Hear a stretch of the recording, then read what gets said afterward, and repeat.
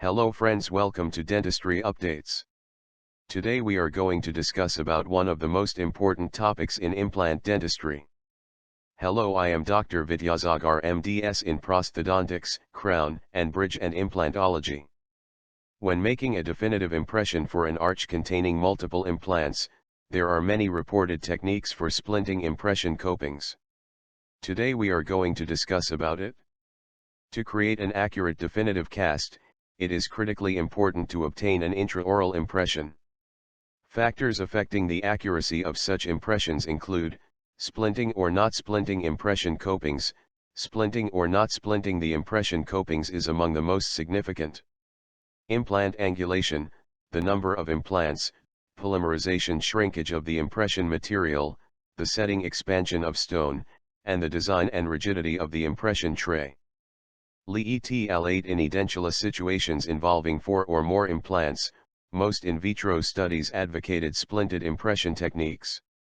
Brainamark et al. Originally described the splint technique and emphasized the importance of splinting transfer copings intraorally with acrylic resin over the floss scaffold before making an impression. The acrylic resin splinting effectively resists translation and rotation of the transfer copings within an impression when the impression is detached from the implants, followed by placement of the implant analogs.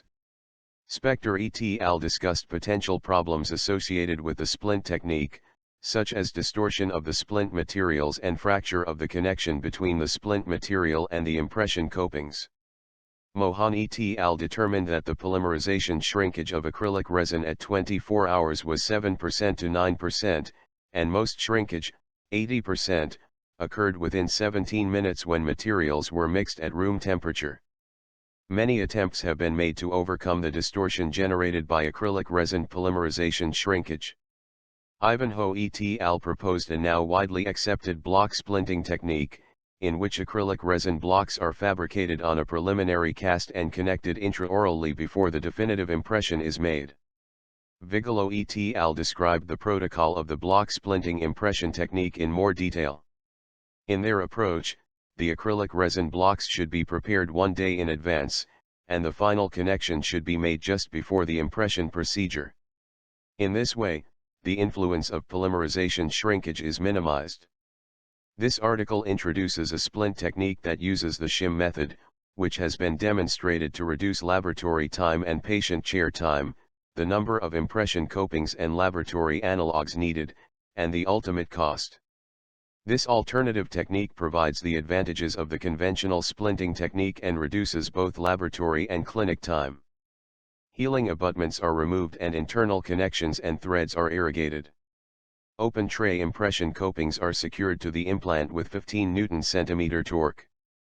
Make a preliminary impression with irreversible hydrocolloid material with a metal impression tray.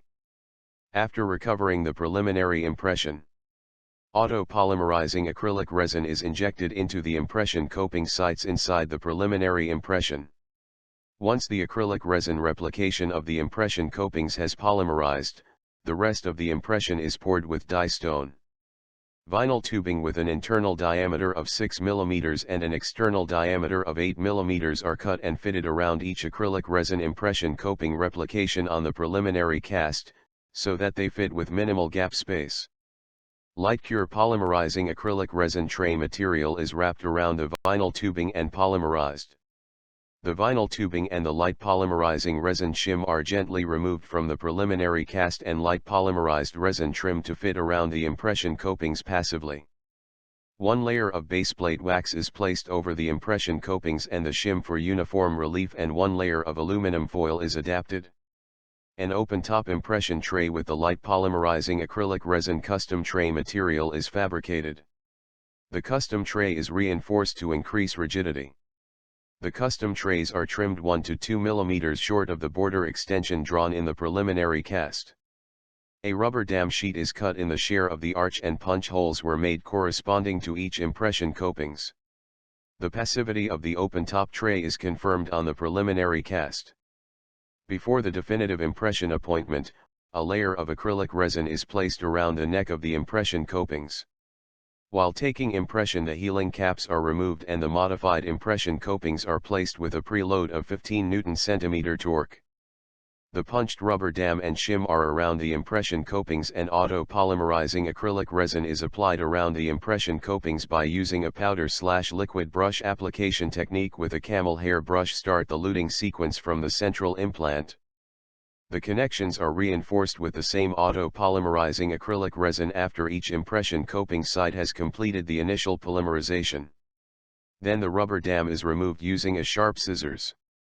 The custom tray is evaluated for border extension, and border molding is done as in the conventional complete denture impression. Then one layer of base plate wax is adapted on the top of the open-top custom impression tray. The accessibility of all the impression copings guide pins is confirmed by imprinting them into the underside of the wax cap. The tray is then removed, cleaned, and dried, and a layer of tray adhesive material is applied onto the internal surface and over the compound on the borders. Medium viscosity impression material is dispensed into the custom tray and is injected around the splinted impression copings. Then the impression tray is seated in such a way that the guide pins contact the underside of the wax lid. The wax lid is removed after the impression materials has polymerized and the guide pins are unscrewed and completely removed from each implants, and the impression is removed. Implant replicas are torqued into each impression copings with 15 Newton-centimeter torque. A hemostat is used to hold the base of the replica to give counter torque. Silicone soft tissue moulage is placed around the implant replicas. The definitive impression is boxed with a 50:50 mixture of plaster and pumice. Die stone is poured following the manufacturer's recommended water/powder ratio and vacuum mixing time. The objective of the implant splinting technique is to stabilize the impression copings during the subsequent clinical and laboratory impression transfer procedures and to minimize 3D spatial relationship changes. The shim splinting technique introduced in the present technique report offers an alternative to previously reported approaches such as the block/splinting approach. Moreover, the shim splinting technique has several advantages such as a simpler laboratory fabrication process, less patient chair time, and the need for fewer implant components.